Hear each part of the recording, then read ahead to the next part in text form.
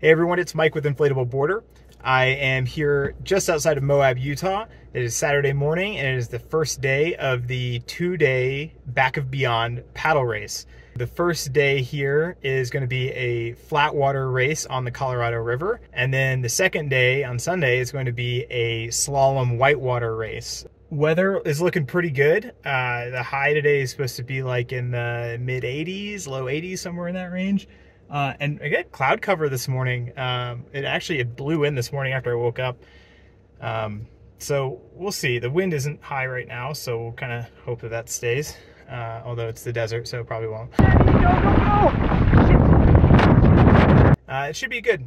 So I'll go get ready for that, and I'll show you a little bit of the drive up. It is absolutely gorgeous.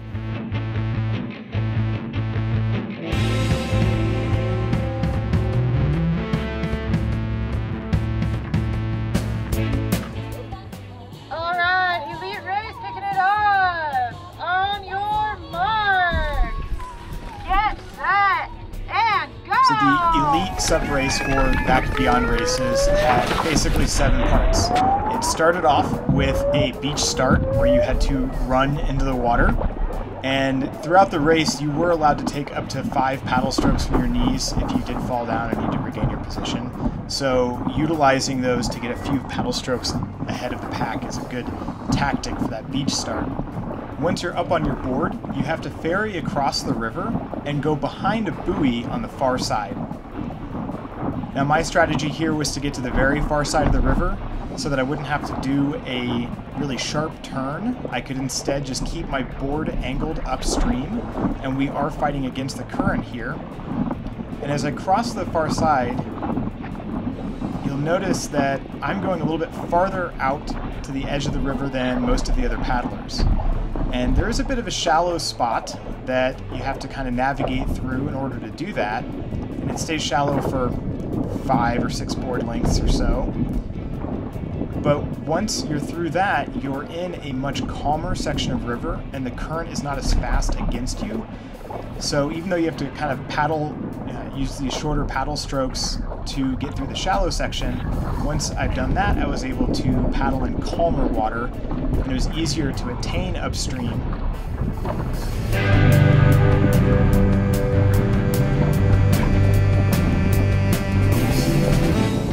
And after the first buoy, we did have to paddle upriver for about 1/8 of a mile. So having that calmer water was definitely an advantage for me. And you can see me pulling away from the other paddlers who were stuck out in that faster current.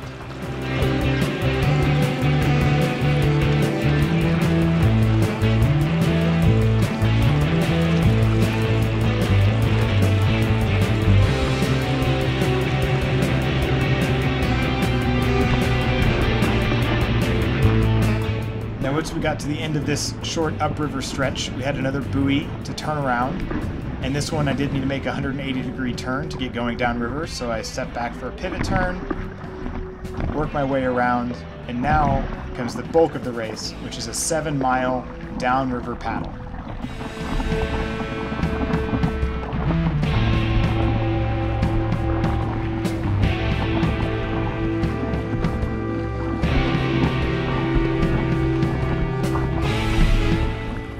Now for the 2 hours leading up to the race, the weather was actually quite calm.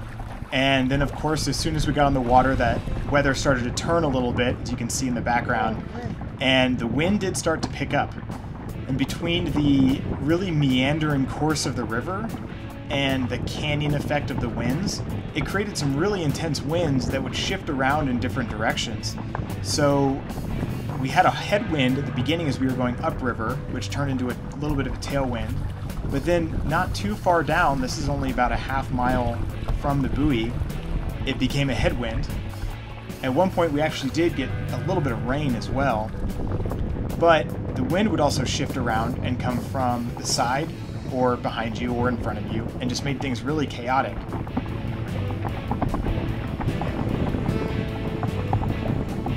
And with that wind shifting around, it also disturbed the surface of the water to the point where it's really difficult to see where the faster water was.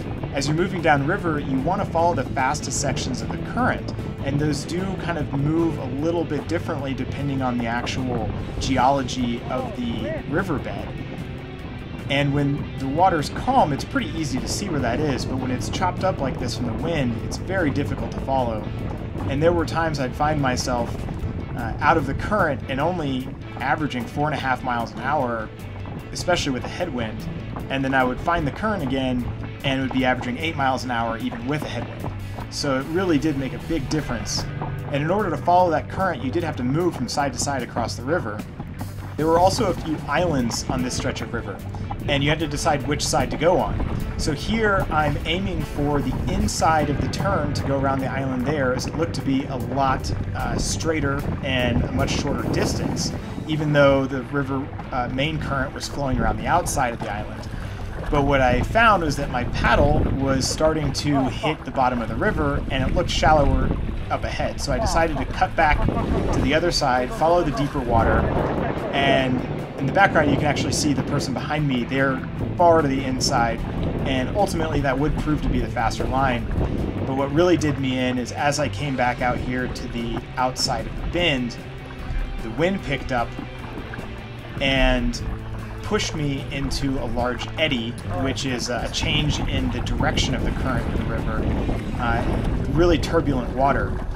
And so now on my right side, the water's moving downstream, on the left side, the water's moving upstream, and I have the wind pushing me to the side, which ultimately caused me to tip over and fall off the board. I got back up right away, but I leaned just a little bit too far when I got on my knees, and that wind picked up and just tossed me again. So the second time, I slowed down, took a breath, decided to just get on the board, make sure you don't fall off again,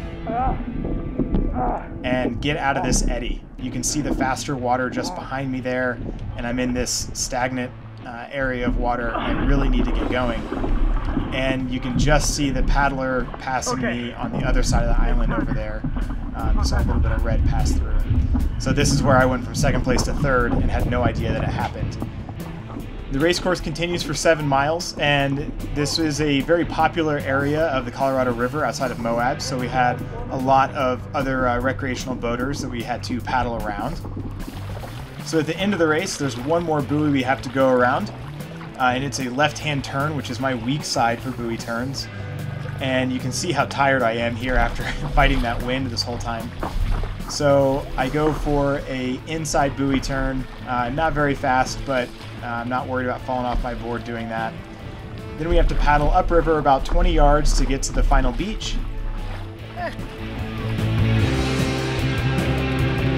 That's my wrong side turn.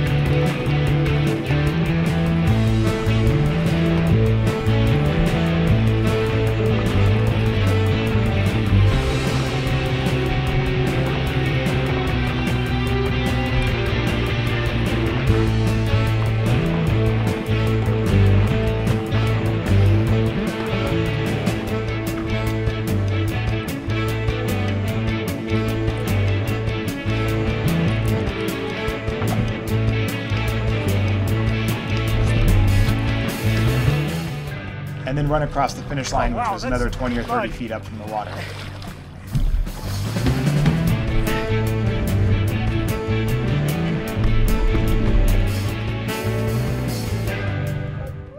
All right, the race is over. We've got awards in just a few minutes. It was a really interesting race. There was a lot going on. Yeah, overall though, I did pretty well. Finished third in my division and then finished third overall. So pretty happy with that. This is all the winners. All winners. Oh, okay. It's the country club. All right. Okay, nice work, you guys. Yeah. Thank you. Great racing. Thank you. So now I am driving a little bit further south of where we took out, a little bit further downriver.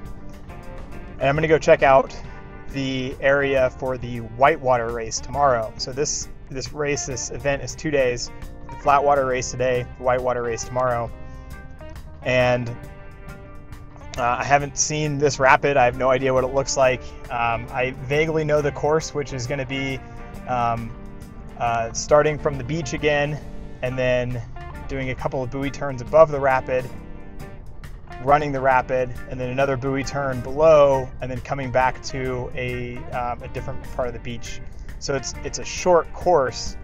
I'd be surprised if it's a half mile. I don't even think it's going to be that long. But it's through this rapid, so we're going to go check it out and see what it looks like.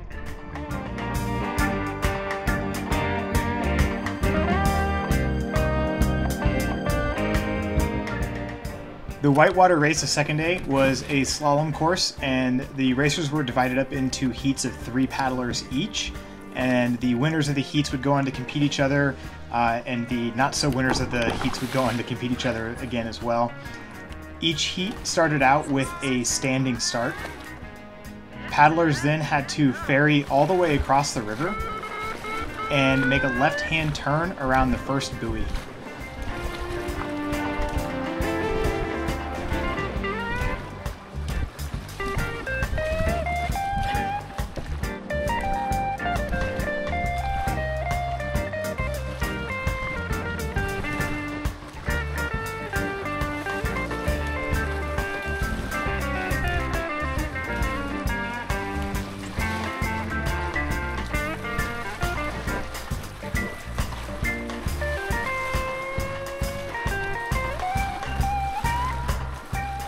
Now this was the very top of the rapid, so the current started to pick up some speed and we got a little bit more gradient and some waves.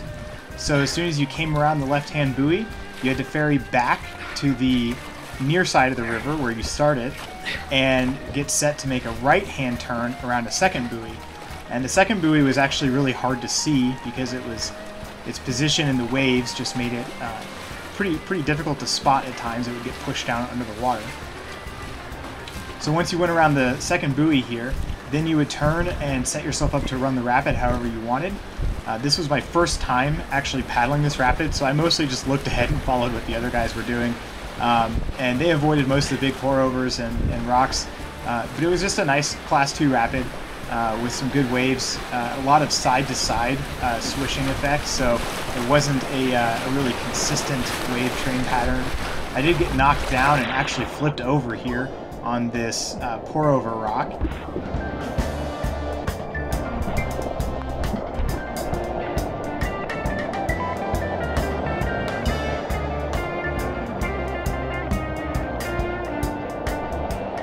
Once I'd made it past those 2 big pour-overs, then I was able to hop back up and finish out the last of the rapid.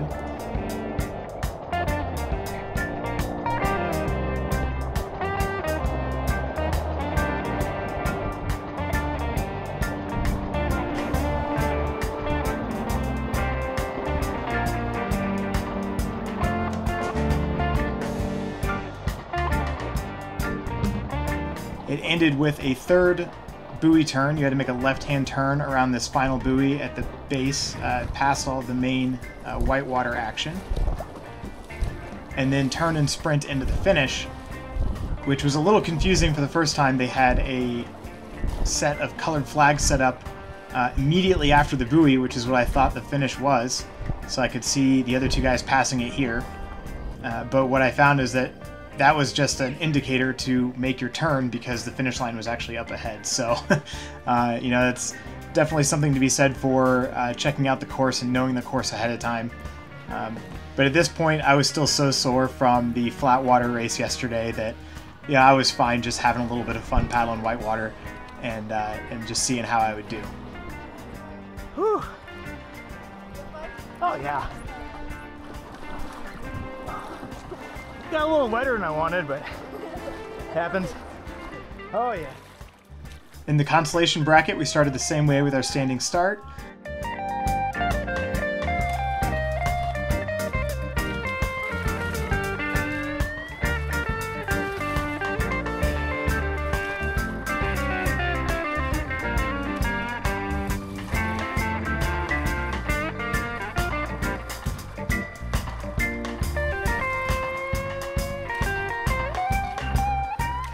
So this time I'm ferrying out across a little bit higher up. My goal here was to have a wider turn so I wouldn't have to make a sharp pivot turn. It kind of worked in that I didn't have to make the sharp turn, but ultimately it wasn't really any faster.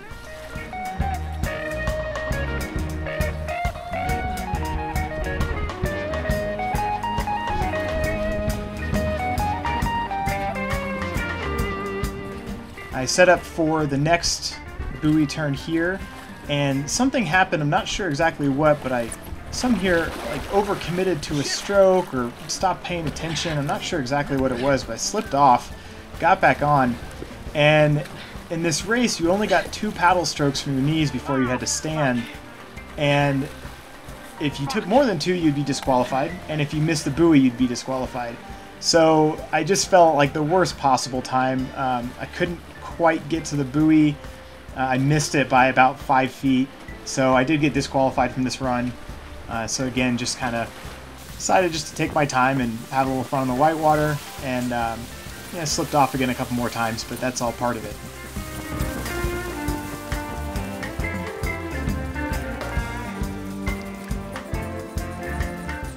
So even though I'm coming up here to the finish line first, and did cross the finish line first because I missed that second buoy, I was disqualified from this heat. So that's okay, it happens, still a fun time. Shit show round, and all 6 of you are going together. At the end, the race organizers decided to have a shit show heat, is what they called it. So they put all 6 paddlers on at the same time, and had everyone start off. I was trying to actually track it with my watch this time, so I missed the start, and got in line about 4th place there.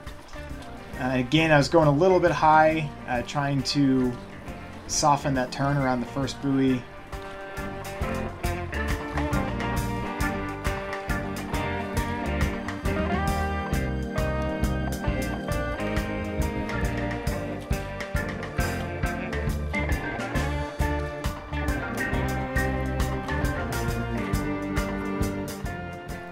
So here I ferried way too high and had to actually do like a 90-degree turn and paddle downriver. So it's just kind of dialing in that angle. Moved across, again set up for my ferry above the buoy, trying not to have to make a mad dash to get upstream of it.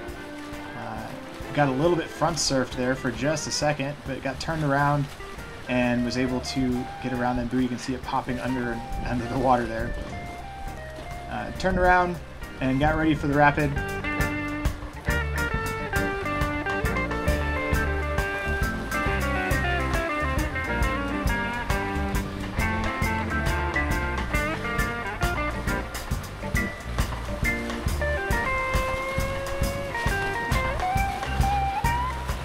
Really good fun rapid. At this level, it would be a really fun one to just practice some basic whitewater skills. And if you're new to whitewater paddling, even this pour over here that I go right over, you know, wasn't that bad. It spits you right out, and didn't flip you over or anything. That'd be a good one to practice running that one standing up. And again, setting up for the 3rd buoy, coming downriver. And again, this is just kind of knowing the river, knowing the course. I got knocked down again. But after this 3rd buoy, when you come around for the finish line, I was taking again kind of the middle current, but really the faster line is sticking to the far left and taking that first downstream V instead of the second downstream V. But you know, all things you learn as you paddle the river, and every time you paddle it's a little bit different, and every rapid is different, so it's always a learning experience. And you know, we even had one gentleman in this race who was his first time ever paddling whitewater, and he did great. So I was glad to see some new paddlers out there challenging themselves and having a good time. And like I told him at the end of the race, you know, if you're not getting wetter, you're not getting better. And this is a great learning opportunity and just a really good example of you don't have to be ultra competitive to have fun at a race. That's exciting. You! Way to go, Team Chicho! Woo!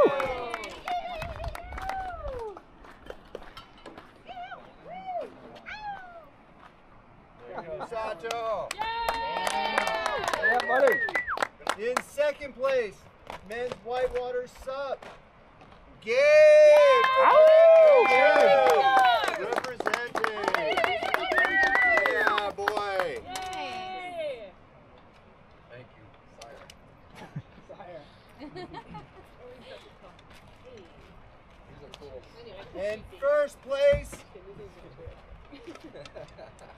in the the men's is Trent Hickman from Park City Sub.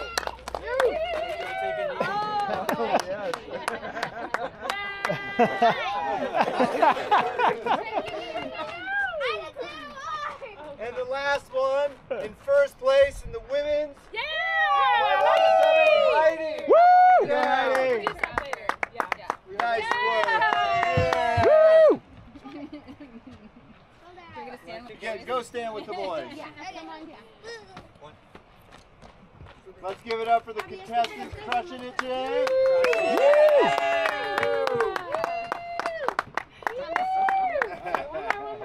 One, two, three.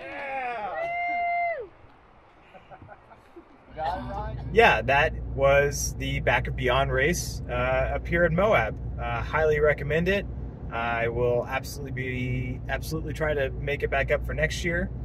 And yeah, great race, great people, good times. And for those of you out there who hear the word race or paddleboard race and you're thinking, oh, I don't want to race. It's not about the competition. It's not about going out there and, you know, absolutely having to dominate. It's having fun. It's the community aspect of it is definitely the better part than the actual competition. And so I encourage anyone, if you know, whether or not you are a competitive person, go to a local race and just enter. There's almost always an open category or a short course that's designed for folks to try for the first time and just kind of get a feeling for the competition side of it, but still just have a good time. Absolutely worth it. And thanks for following along.